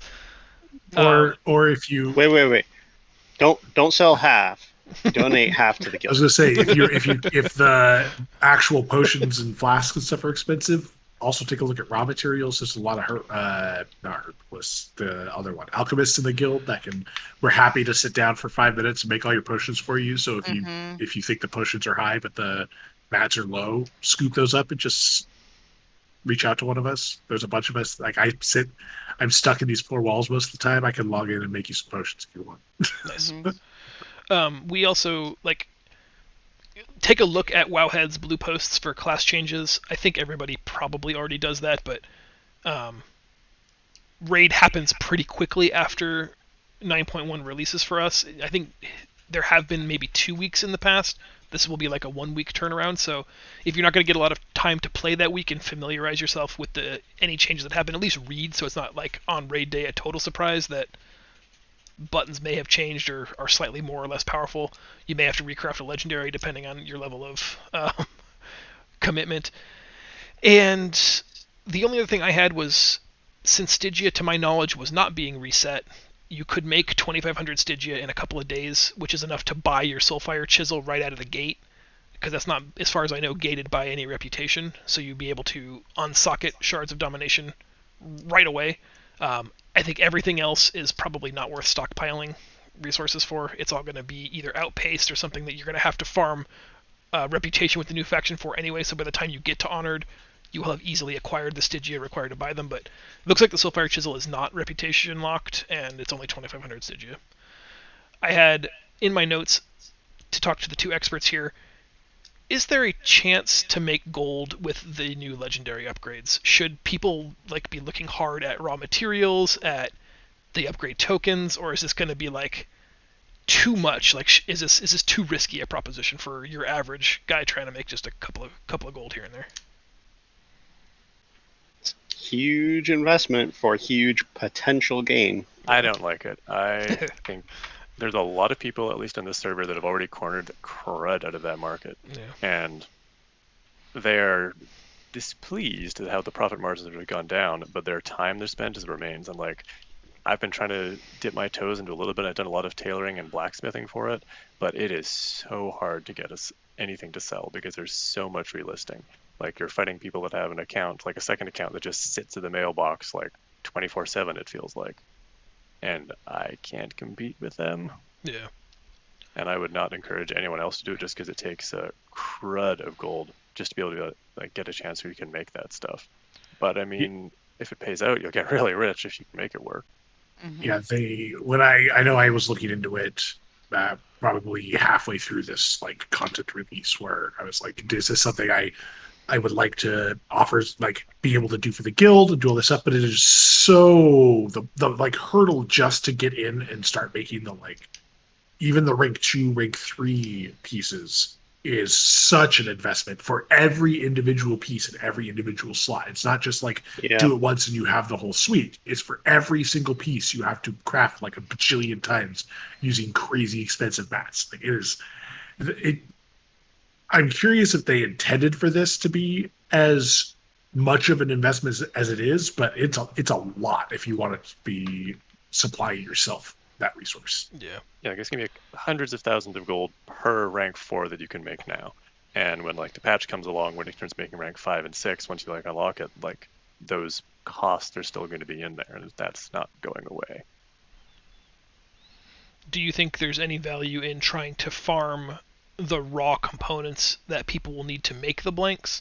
The leather, the ore. Is that something that's worth my time to do? Yeah, but I wouldn't do it now. I have no idea how the prices are going to change once we unlock flying. I have no idea what the bot and multi-box situation is like. I know what Blizzard's been doing about it, but I don't know how effective it's been. So I would not spend a whole bunch of time now only to then learn that, and the price has crashed and all my time was incredibly devalued. Mm-hmm. Yep, the Wild West, like it always is at the beginning of a patch or a new release. Some people and there will be a lot of gold to be made, but there will be safer things to make it on. Yeah, that could be a whole other video. Does anybody have anything that we missed in the 9.1 roundup? Yes. Also, just make sure that you have at least one playable character that's at renown level 40, and do the first 2 weeks of Covenant quests so that you can unlock flying for your characters as soon as possible. Mm-hmm. Yeah, flying. Because flying is going to be awesome. All right, so I think we only have 2 questions. I'm going to start with this one first because the second one could take a while. Zeph, are your windows melting? Hard to say. I don't want to, if I put my hand on it, I'm afraid that it'll start. It's one of those where the glass is just sort of... So I don't want to test it. Okay. Since we started this stream, it's gone up 4 degrees outside. Yeah, let me look. It is So 100, it is 110 here. Oh, gross. Right 105 here. And it's going to be it's just still going to get hotter in the next couple of hours. It looks like. No thanks. I am so sorry to hear that. And the next question is for Try.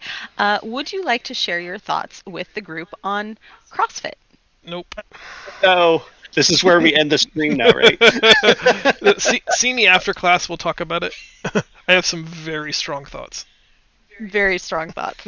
Would you say you are cross? I am a little cross with those retards. Yep. Oh my goodness. All right, guys. Thanks so much for joining us. We'll share a link with all of these notes so that you can revisit them, and we'll see you on Tuesday in 9.1. Wait, before we go. Actually, I'm trying to think in my head. Will we do an officer chat before raid? No. Well, this will be the last officer chat before our Wednesday raid, right? Yes. Yep. Raid prediction with the 5 of us here. How many normal bosses do we get on night 1? Out of 10? Out of 10. I'm going to go with 5. 5. Yep. Oh. Yeah, I like that. I think 4. I think 4, but we almost get the 5th. We definitely have pulls of the 5th. That is actually a really good guess. Zell is Mr. Optimist over there. I mean, so I don't remember where I saw it. It was in one of our Discord channels. Someone posted like a Flash game that was supposed to emulate the raid mechanics, and I played the first boss, and I have concerns. No, the first boss we get animo powers. We get legit like full on animo powers. Then so never mind then. It's gonna be wacky and crazy. Yeah, the first boss is gonna be nuts. I'm excited about the Terror Brew. Yeah. I'm gonna say 4 as well. I think we're not gonna get the 5th one down on Wednesday. I think we will come dangerously close to a full clear by Sunday.